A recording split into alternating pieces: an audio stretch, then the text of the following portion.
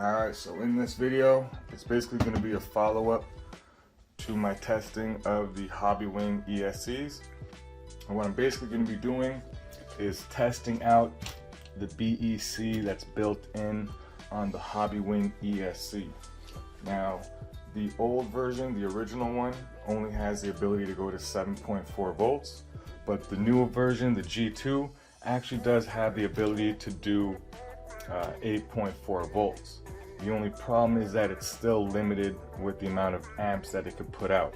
So what I'm going to do in this test here is we got two high-end servos on the rear, and we're just going to test to see how this ESC does.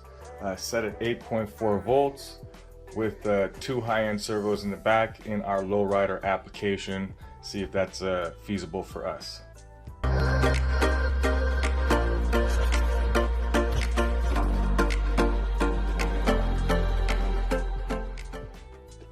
So we got the receiver turned on. Go ahead, got the battery plugged in, turn that on, and we can see right here the BEC is registering the 8.4 volts. So if, as it hops, as it moves around at first, it's gonna seem like it works pretty good. But if you just start working it a little bit,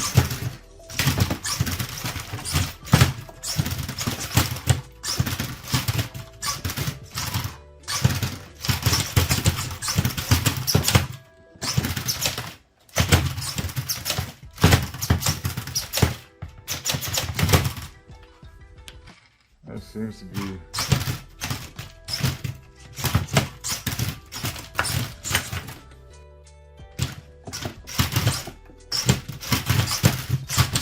oh, there we go.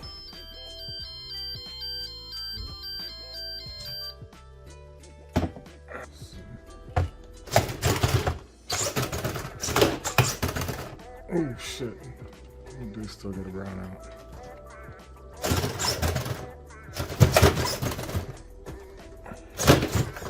Oh shit.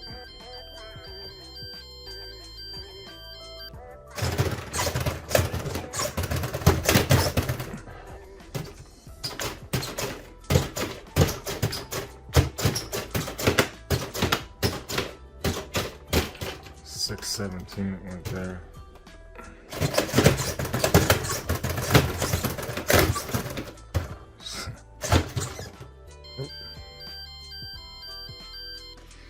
You know, considering the way that it performs, I mean, it only brownouts in the most, demanding situations.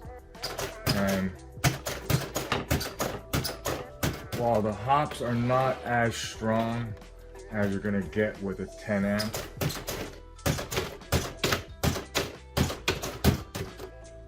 external BEC, I mean, if absolute power is not the most critical thing,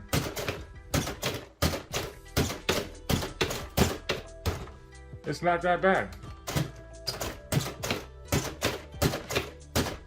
I mean, if you're not going to be competition hopping or trying to, show off, you just want to make an RC that functions, it does function. I mean, this here is with only the Hobbywing ESC. There's no BEC installed, external BEC, and I don't have the cat pack plugged in.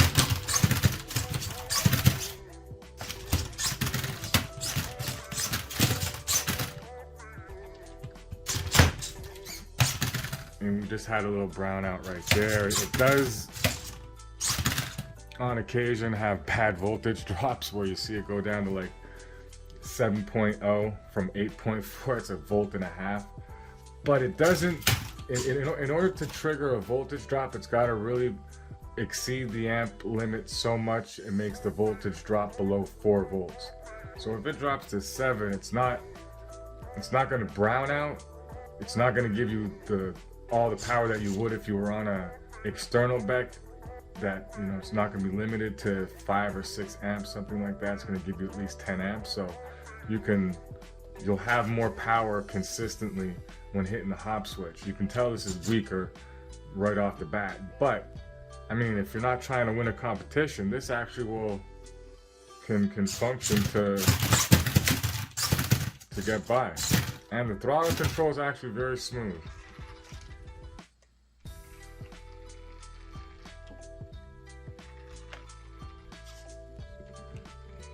Very alright, man. So yeah, with that, man, I think my opinions at least changed a little bit, where it's not going to be something feasible really for any competition type build. If you're trying to, you know, hop as hard as possible, you're going to need to get an external BEC. But if you just want to get the RC with all these servos functioning at 8.4 volts, I mean, that's not bad at all. I mean, it's better than the stock 7.4 volt ESC. And I mean, shoot, it is. I mean, we are at 8.4 volts, so the servos do work, you know, better than they would with the factory ESC at 7.4 volts, and also limited amps. This is actually very decent. I mean, if you're trying to just get by, I think this will actually work. So with that, that's going to wrap up this video. I'll catch you in the next one.